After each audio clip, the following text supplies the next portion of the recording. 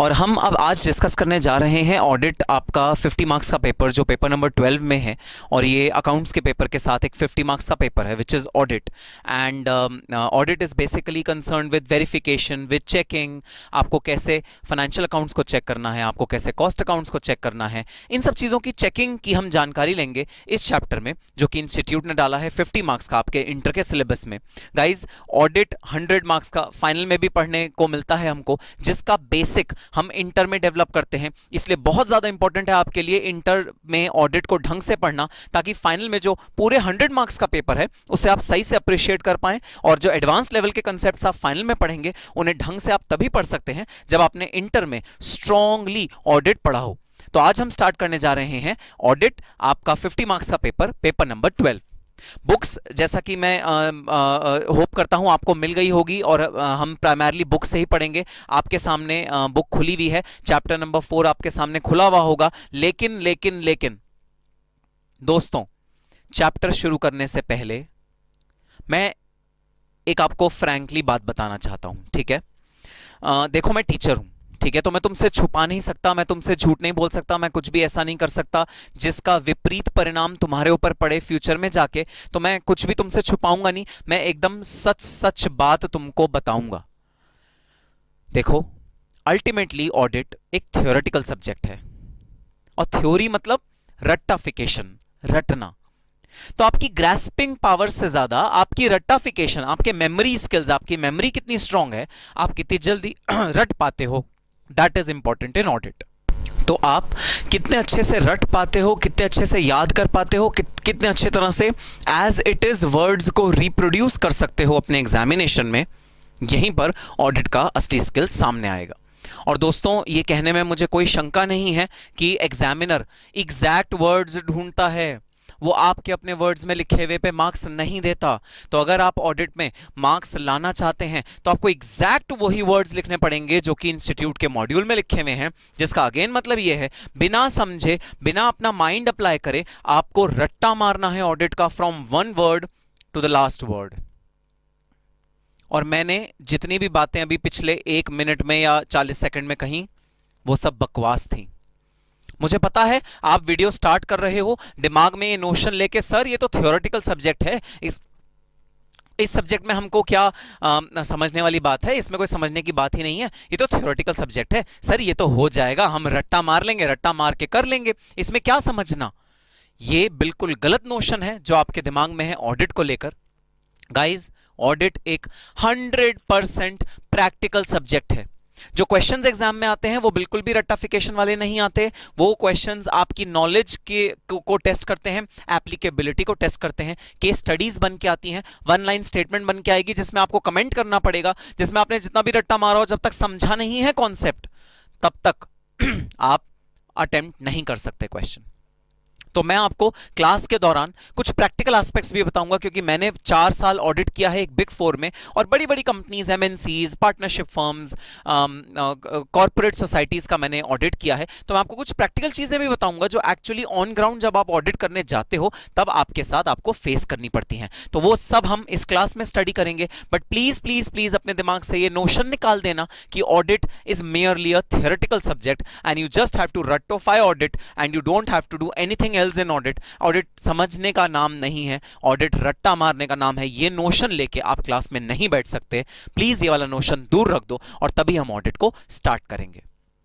तो ठीक है, आपके सामने नजर आ रहा है चैप्टर नंबर 4। सर, हम चैप्टर नंबर 1, 2, 3 कब पढ़ेंगे? दोस्तों, वो भी पढ़ेंगे, मैं सीरियल वाइज आपको सारी चीजें पढ़ाऊंगा, लेकिन मेरे जो स्टडी पैटर्न है उसके अकॉर्डिंग चैप्टर नंबर 4 का सबसे पहले हमको पढ़ने की जरूरत है, इसलिए हम चैप्टर नंबर 4 सबसे पहले पढ़ रहे हैं। तो आओ स्टार्ट करते हैं आज चैप्टर नंबर 4। लेकिन स्टार्ट करने से पहले एक बात और, मुझे एक चीज बताओ भाई, ये ऑडिट का मतलब क्या है? सर, ऑडिट का मतलब है वेरिफिकेशन। हाँ भाई, बिल्कुल सही बोला तुमने। तो देखो, जो तुम्हारे वर्ड्स दिमाग में आ रहे हैं ना ऑडिट को लेकर, वो मैं लिखता जाता हूँ साथ में, तुम भी कहीं ना कहीं ये वाले वर्ड्स लिखते जाओ। तो तुमने सबसे पहला वर्ड जो बोला ऑडिट के रिस्पेक्ट में, वो बोला वेरिफिकेशन। हाँ भाई हाँ, verification is one very important word which is related to audit.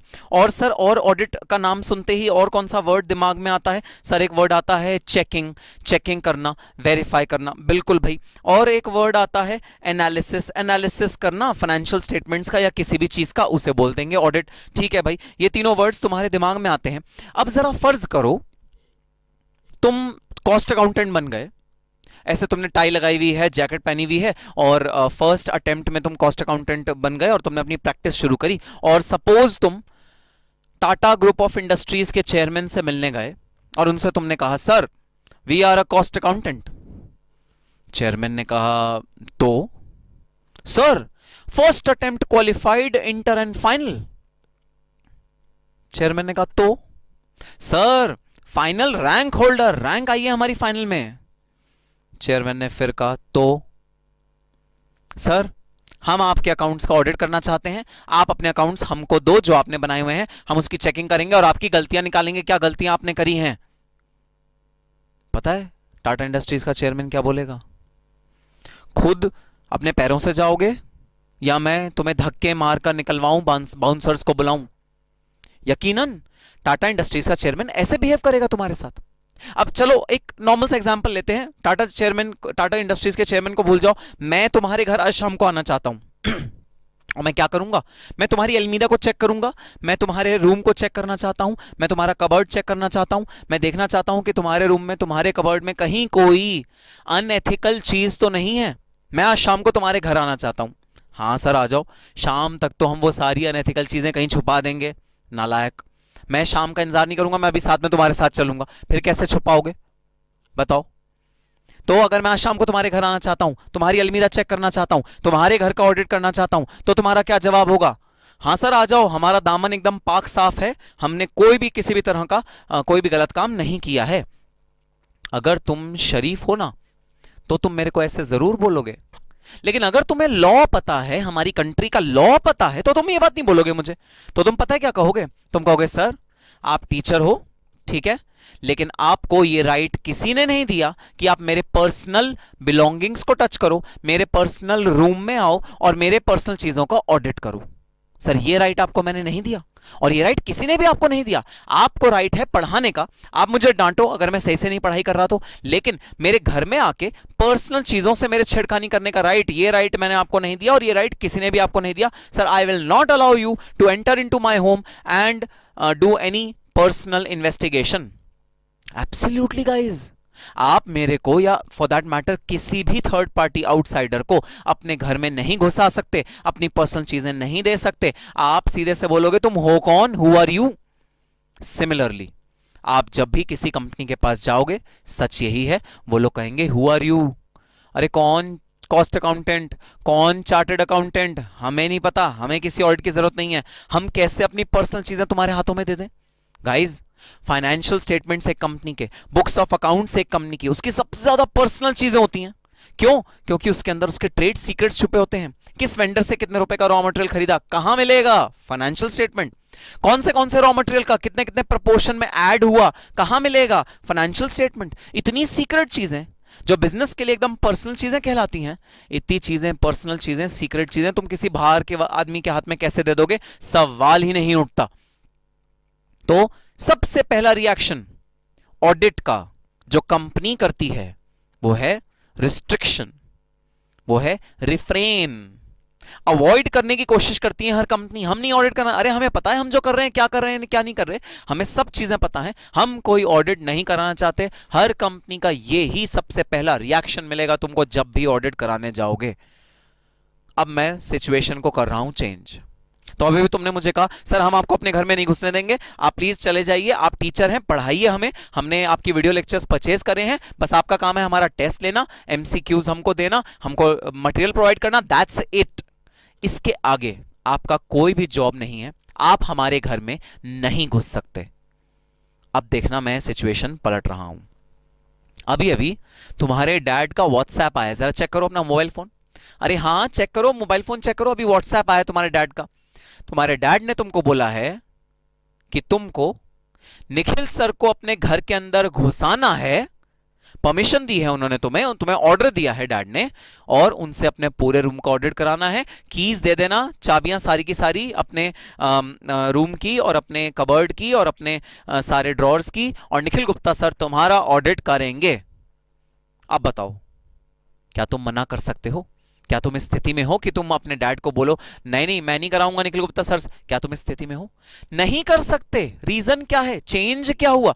Change ये हुआ कि अब जो लॉ ऑफ लैंड है जिसके अंडर तुम गवर्न होते हो, which are your parents in your case, जो लॉ है जिसके अंडर तुम गवर्न होते हो, till the time you are 18 तुम उस लॉ के अंडर गवर्न होगे। वो लॉ तुमको कोई चीज करने के लिए कह रहा है, अब तुम किसी भी हालत में, किसी भी परिस्थिति में ऑडिट अवॉइड नहीं कर सकते। सेम हालत है हमारे लीगल ऑडिट की, हमारे फाइनेंशियल ऑडिट की।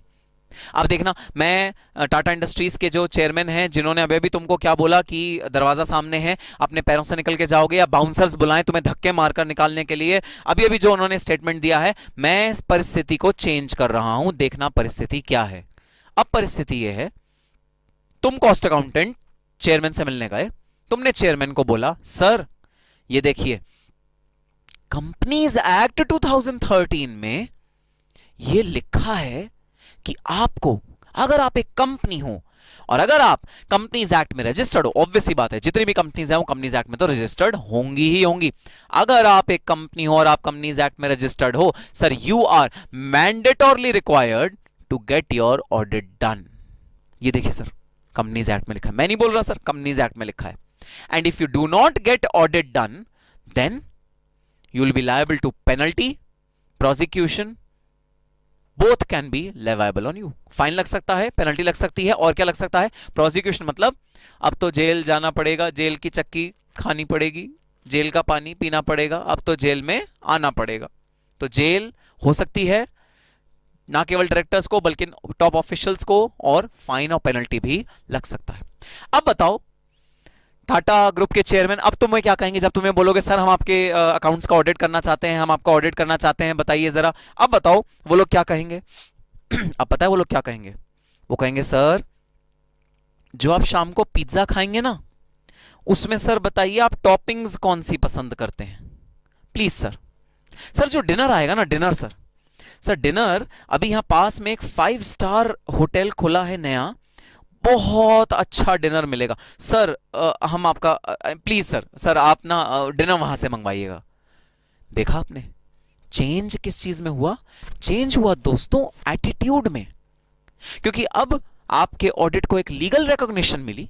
अब आपका ऑडिट कोई ऐसे एवं ऑडिट नहीं है, एक स्टैट्यूटरी ऑडिट है, और जैसे ही आपका ऑडिट स्टैट्यूटरी ऑडिट बन जाता है वैसे उसमें पावर आ जाती है।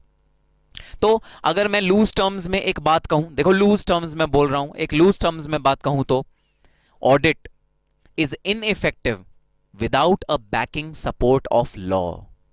जब तक ऑडिट की कोई बैकबोन नहीं है, स्पाइनल कॉर्ड नहीं है, जब तक ऑडिट को किसी लॉ ने सपोर्ट नहीं किया हुआ, सपोज आपके बॉडी में स्पाइनल कॉर्ड निकल जाए तो आपका बॉडी कैसे हो जाएगी? ऐसे टेढ़ी मेढ़ी हो जाएगी, इधर झुकेगी इधर झुकेगी, कोई कंट्रोल नहीं रहेगा आपकी बॉडी में, तो आपकी बॉडी बिल्कुल एफिशिएंटली काम नहीं कर पाएगी। सिमिलरली अगर ऑडिट का कोई बैकिंग लॉ नहीं है जिसके अंदर ऑडिट परफॉर्म कर रहा है अपना सारा, जिसके परव्यू में ऑडिट परफॉर्म करेगा अपना सारा प्रोसीजर, अगर कोई बैकिंग लॉ नहीं है तो वो ऑडिट बेकार है।